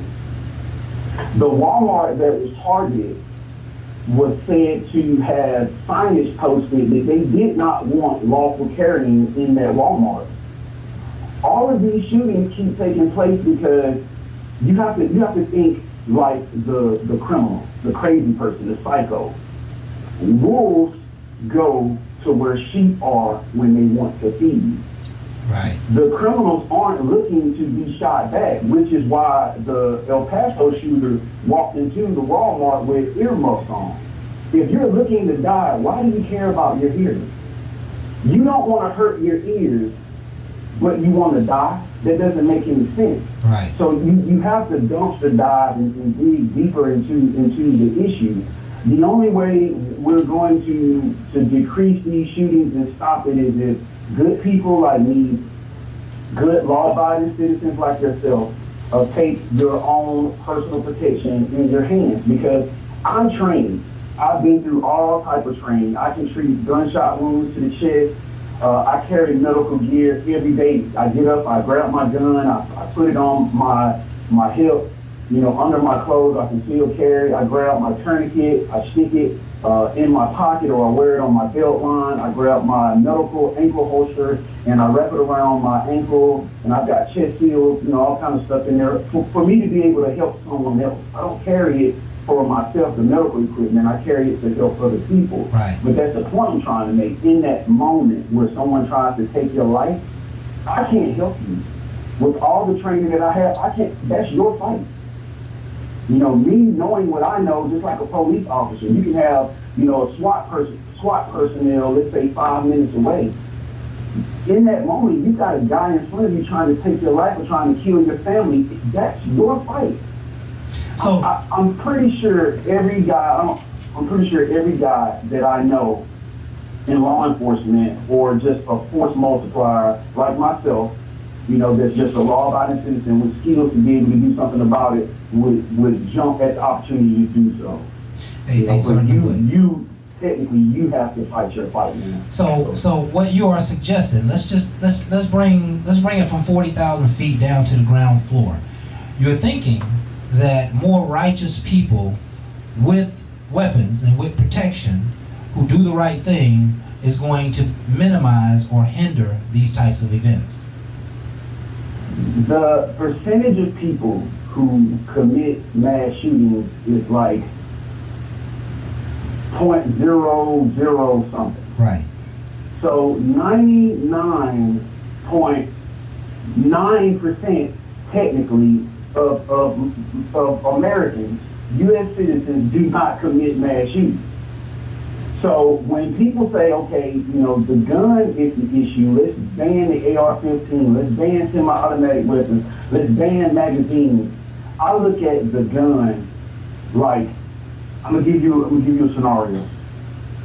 If you took, let's just say for the sake of saying you had land, and on that land you had a bunch of sheep, which would be us, law-abiding citizens. Right. And you had one wolf that made it into the flock, and that wolf started to bite the sheep around the neck and rip their throats. And your solution to the problem basically would be, let's pull all the teeth from the mouths of the sheep, because the teeth are what's killing the sheep. No, the wolf is what kills the sheep. Removing the teeth from the sheep doesn't solve the problem. I don't know if you can follow that. Yeah, we get that. But you can't ban crazy. You can't ban crazy. AR-15 or AK-47 is a tool. That's it. Yes. You know, it's the malice in a man's heart is what allows him to do such a horrific thing. It's just like the situation that took place a year and a half ago in New York, where the guy went to a U-Haul place and rented a $25 U-Haul, and then he went driving through the park running people over. You cannot ban everything and stop crazy. It just doesn't work that way. Unfortunately, the only way to stop someone that's crazy from killing a lot of people is to kill them first. And that's the honest to God truth. Yes. That's the reason why, there's a reason why people keep saying guns aren't the answer, but every single time I talk to someone, because I've trained a lot of people, men, women, I've trained children, law enforcement, military personnel. Every person that I've ever talked to that has been in a bad situation has wanted someone to be present with a gun when they needed a gun to preserve their life. Right. So what sense does it make for you to not have a firearm if you legally can do so, and trust your cell phone calling a 911 dispatcher at a call center, waiting for that police officer to be dispatched to your location, which could take anywhere from 15 minutes to 25 minutes. You know, even if you're lucky and they get there in 5, that's 5 minutes for you. You know, a person can do a lot of damage in 5 minutes. The point I'm trying to make is a gun on a police officer's hip or a gun on my hip, it does you no good if you don't have it. I like the way you make that point, and point well taken. Folks, it is time to get serious about protecting yourself and protecting your home. Guns are not taboo. They are not unsafe. They are the answer to keep nonsense from off of you, you know, from around you. Like you said, no matter what happens, if you end up in a situation where somebody is coming against you, especially in a harsh or violent way, and you need a gun, the first call you make is hoping that somebody with a gun gets there. And that doesn't make sense anymore. Our streets once upon a time were safe with just law enforcement. But now they are not safe. Law enforcement cannot cover the gamut that needs to happen in our society now. So he's saying protect your home, learn how to use a weapon, go buy a weapon for your home, and make sure you get the appropriate licensing to carry it, and be ready to protect yourself. That's what this is saying. If that Walmart had several people, for example, just walking through there with their weapons because they have a concealed weapon permit, I would imagine a lot of people would still be living from that harsh event that happened. I mean, it wouldn't have been as tragic. Somebody would have came to the rescue far before 20 or 30 people would have gotten shot. So, yeah, it's time to step up to the plate. I accept the challenge. I hope you folks accept the challenge. I tell you what, let's make that challenge even sweeter. I'm gonna do something that I did not, and I know you can say this, Phillip. I did not plan this, but I'm gonna say this right now. We're gonna make this challenge real. If you guys got a carrying permit and you've never been trained ever in life, if you go to my Facebook page and you tell me this is what you want, I'm gonna find a way to get my man in town. He's from Texas, where this started. Right. And I'm gonna fly him up here to give you all a course. Right. All right? But you gotta take this serious. Right. If you keep looking for somebody else to fix your problem and I'm willing to do something for you, listen to what I'm saying. Because I'm asking to come up. Jared. Yes. Jared, I don't mean to cut you off, brother. You know, obviously there are people probably listening that don't know me from Adam and Eve, but I train a lot of people for free. Like I'm telling you guys to arm yourself because I genuinely love you guys and I genuinely care about you, which is one of the reasons why I train people for free. Because now I understand that not everyone finds value in firearms ownership and firearms training. Like, I get it. Some people didn't grow up around guns. Some people are terrified of them. Like, I understand that. So I offer free classes specifically to the African American community, because we have this idea that if you carry a gun, you want to be, you know, a big bad macho guy, you know, or you're wanting to get into a fight with someone, you're just wanting to shoot someone. We look at guns in such a negative way that the majority of us that really should carry won't do so, or won't even go out and buy a gun. Right. And that's a problem. So, you know, I volunteered my time, I volunteered my resources, but over the years, training people for free, having to beg people to come out, having to provide ammo, having to provide targets. This is me, you know, paying for their training out of my pocket because I'm really trying to give back to the community. I realized something, Jerry. What's that? That I can't help people if they don't have the proper mindset, because what happens is this, or this is what happened actually. I trained people for free. I gave them skills, I gave them confidence. They left my class with the ability to be able to hit their target, you know, at will, you know, under fighting circumstances, which is what you want to be able to do. You want to be able to draw the weapon. Right. You want to be able to present the weapon. You want to be able to hit your target where you need to hit your target, so you know you minimize collateral damage. You don't want to, you know, miss the target and hit an innocent person. Obviously, we're responsible people, right? Right. But you know, the problem and the issue that I had was that, you know, people's mindset weren't right, so they would take the class, acquire those skills, and then they wouldn't revisit them. And then they wouldn't even care. So Yeah, it defeats the purpose. You have to, first and foremost, you have to develop the proper mindset. A gun in your glove box doesn't do you any good when you get out of your car. Right. Okay? A gun in your nightstand doesn't do you any good when you go to work. Right. There's a lot that happens between you Yes. leaving your front door Yes. and going to your job. Yes. Now, I understand you may have a job where you can't have your firearm on the premises, but you can leave it in your car at that moment and you can reholster it on your side when you get back in your vehicle. It's a mindset. I wear my gun like I put on my socks, my shoes. That's how I wear my gun. Yeah. A great analogy that I can give you to try to help some people that are kind of struggling is this. There are so many people, again, if you talk like how I talk, they say, okay, you're crazy. You do not have to carry a gun like everywhere you go, and, you know, blah, blah, blah, whatever. So they start making excuses because, again, they don't want the responsibility. They do not want the responsibility of taking care of their own personal protection. They want to delegate that. They want to push it off on someone else, which I understand. The way I talked to you about this yesterday, Jerry, our brains are designed to protect us. So when you think about someone taking your life, when you think about having to take someone else's life, that's something that's scary. Your brain wants to push it to the back. Your brain wants to ignore it. Okay, your brain doesn't want to admit that something horrible could happen to you when you could be in a situation like that and have to take someone's life. But, you know, the point I'm trying to make is this, back to the scenario.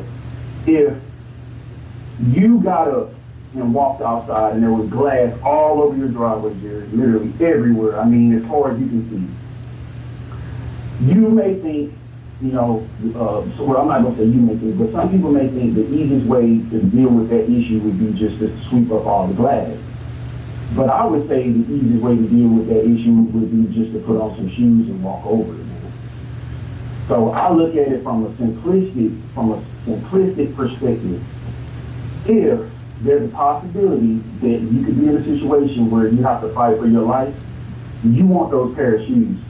You understand what I'm saying? It's not that you want to hurt someone, you just don't want to be hurt. And until we start looking at it like that, like, okay, there's nothing wrong with me being able to defend myself, protect my neighbors, protect people in my community, to protect my wife, my kids. There's nothing wrong with strong, black, masculine men saying, hey, I got this. I'm the type of guy, if I go to a restaurant and you go to pay and you don't have the money, I'm built for that.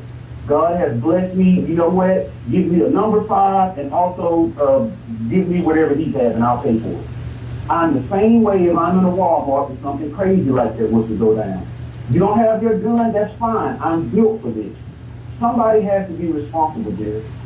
Somebody has to be responsible. But until people develop the right mindset, I'm telling you from experience, you can't help people. You can't. Yeah, and listen. I know it sounds harsh. No. But I'm telling you, it's very real, and it's real in every subject under the sun. I can teach you Windows, and you can go out and make money, but you don't go in home and practice. You don't go home and use it. People, you know, it doesn't. In every facet of human life and human endeavor, it kind of works that way. People just don't use the information. But we applaud what you've said tonight, and you've spoken very clearly. If you don't have your protection with you, it is no good. It isn't good out there, you know, in the nightstand. It isn't good in the car. It isn't good at home when you need to have it with you right then. And so, again, man, we accept that and we receive that. That's a powerful, powerful message. That's how we protect ourselves, folks, is we get involved by protecting our own homes first and our own selves first. And weapons are a great way to keep the nonsense off of you. So we want to thank you, Phillip. You want to give one us of the things I want to say is, Phillip, let them know how they can get in touch with you and where you live. Yeah, well, they can reach me through Facebook at Warfighter Arms. And I also have a website called wharfarms.com. And, you know, pretty much, I mean, that's it. You can find me through Facebook, Wharf Arms. Yeah. Wharf Arms, Warfighter Arms. I have a Instagram account as well, YouTube channel.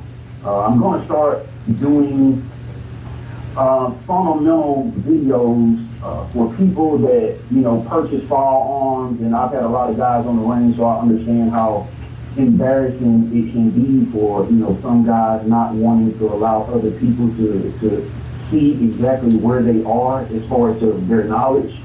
So I'm going to put together a series of videos where, you know, you can sit at home and safely handle your firearm, and I'll walk you through, you know, how to, you know, manipulate the weapon, and just go over the fundamentals, so that way when you go to a class, if you decide to take the class, you'll at least have the fundamentals down pat. You'll have the proper mindset in regards to safety, and you'll have the proper mindset in regards to carrying the weapon. I'm definitely going to do that, and you know, add it to my YouTube channel, and hopefully, you know, you guys can share it and put it out there too. And maybe I can get. I've got a lot of buddies in the firearms community that train. You know, these are certified firearms instructors, and maybe I can get all of us together and network and try to give something back to the community, where again we give people the opportunity to come out and receive education and receive some training for free. Because like I said, I know spending money on classes and stuff isn't something that a lot of people find value in, but I just cannot.